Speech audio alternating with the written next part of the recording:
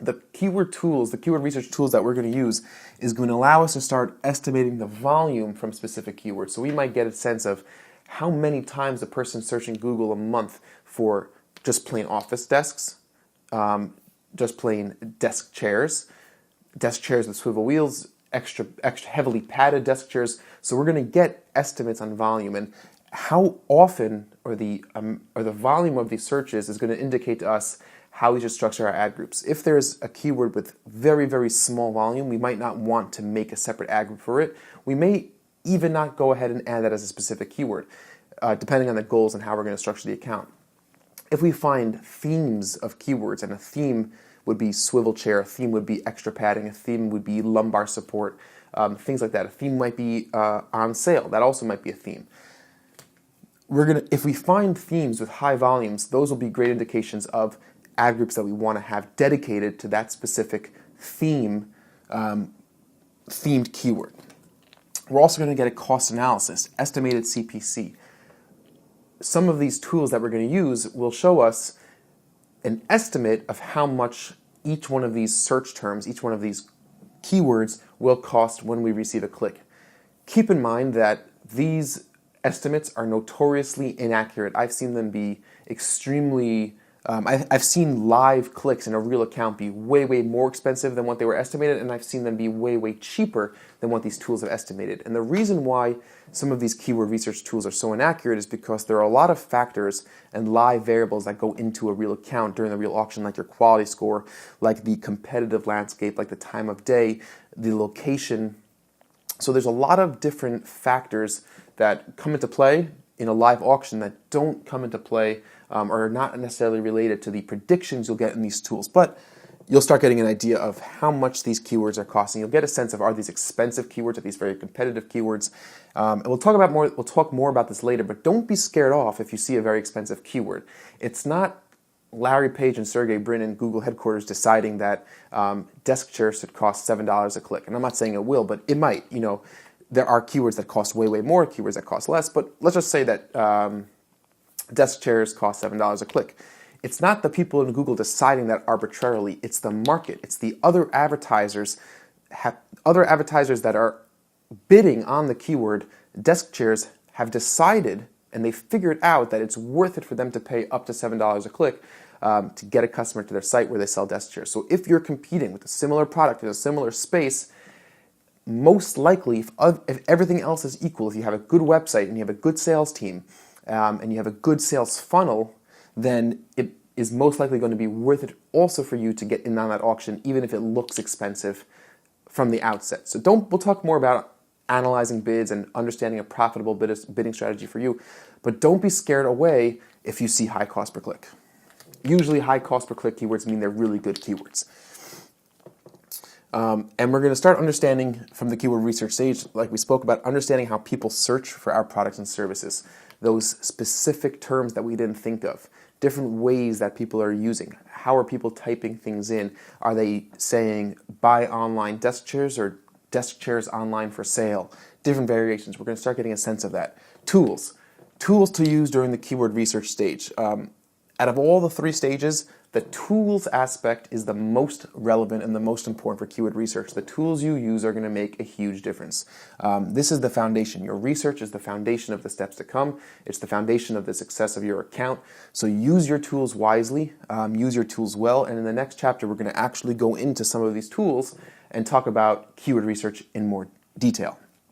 But the tools to use are going to be the Google Keyword Planner, a fantastic tool, probably the best, probably the most accurate. Google Suggestions. So when you start typing in a query to the Google search box, you see a drop-down menu of autocomplete suggestions. That is a gold mine of keyword research ideas, Google-related searches. If I do a search on Google, at the bottom of the page, below the ads, below the organic results, and then below, which has sometimes the second round of ads, there are Google-related searches, another gold mine for keyword research. Then there are a lot of external tools. My personal favorite, the one that we use the most heavily in our agency, is SEMrush. There's a free version that will give you some data, but the paid version has a lot more. And if you're really going to be serious about your AdWords, I recommend getting a subscription to SEMrush. There's SpyFu, Keyword Spy, also similar ideas. They'll give you a competitive landscape. They give you volume estimates. They give you historical ad data for your competitors. We're going to go into SEMrush soon, so keep an eye out for that. And the most interesting and the most underutilized is Ask People.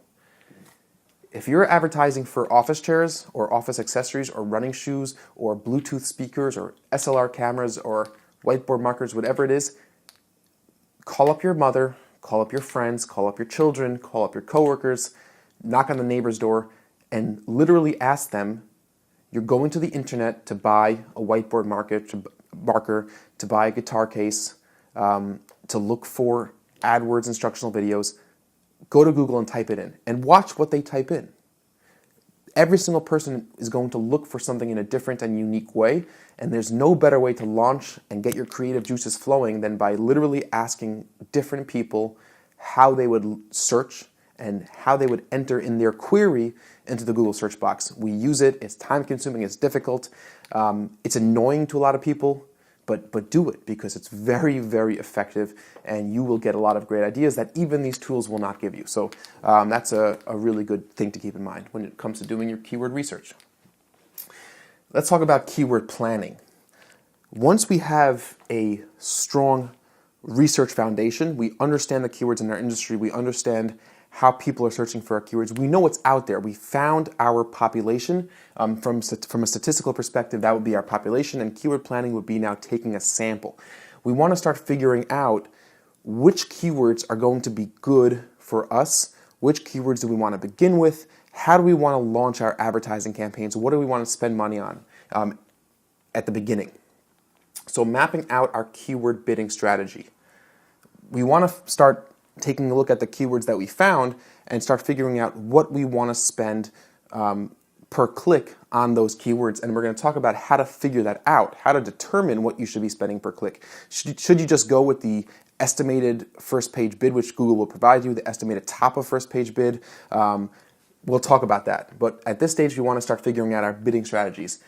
We want to start categorizing our keywords by peripheral and target. Now, what does that mean? Target keywords like a bullseye are the most direct keywords to what you offer. For example, let's go back to Poppin. We're selling office chairs. So if somebody goes to Google and types in buy office chairs online, it's an extremely targeted keyword.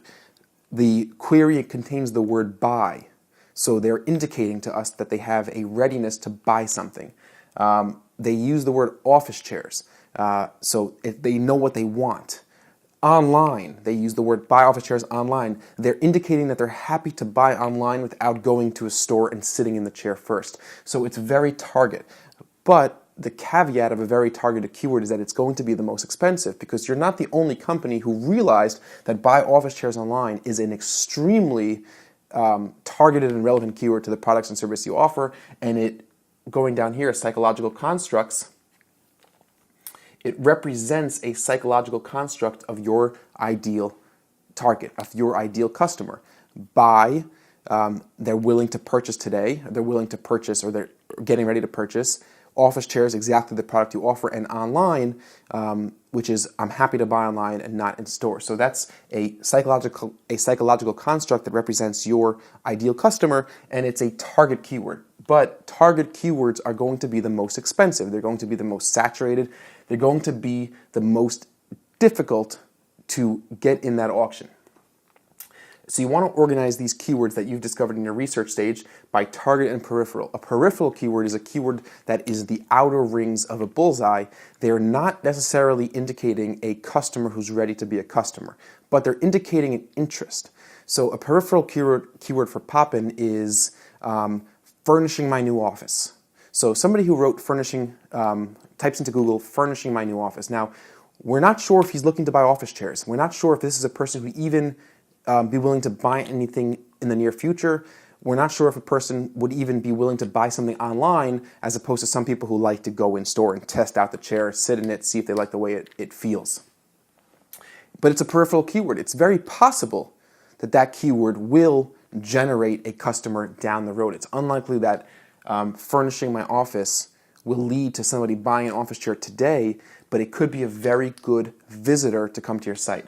When you think about peripheral versus target, you want to start thinking about what types of content we have, and we'll talk about that in a second.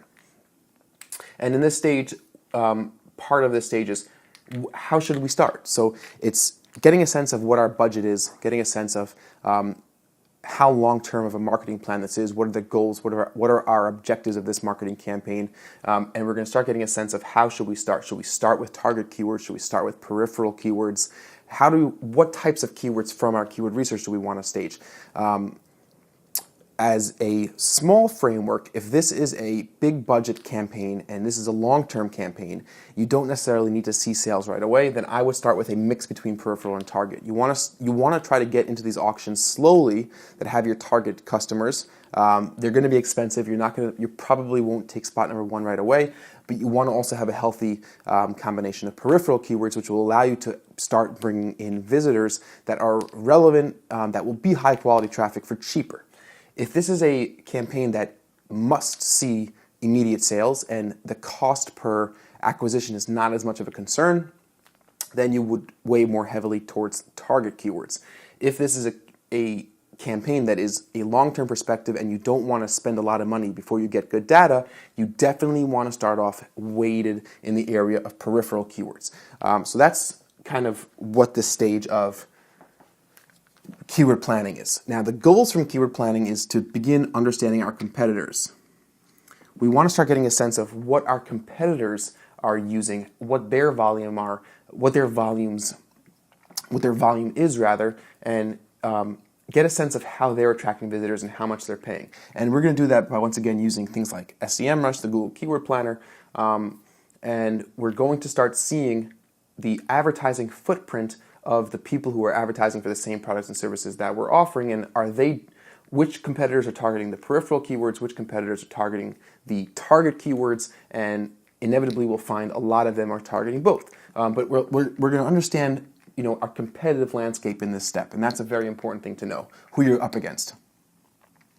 Part of this stage, the goal is to ultimately determine what we call buyer intent. Psychological construct, peripheral target, these are all characteristics of the keyword, but the ultimate goal of defining those characteristics is buyer intent. We're all advertising to make a profit. There's no one here is watching this video without the hopes of making money from advertising. So we want to ultimately know, is this keyword representing high buyer intent or low buyer intent? Keywords like buy office chairs online now, that's a high buyer intent keyword. Keywords like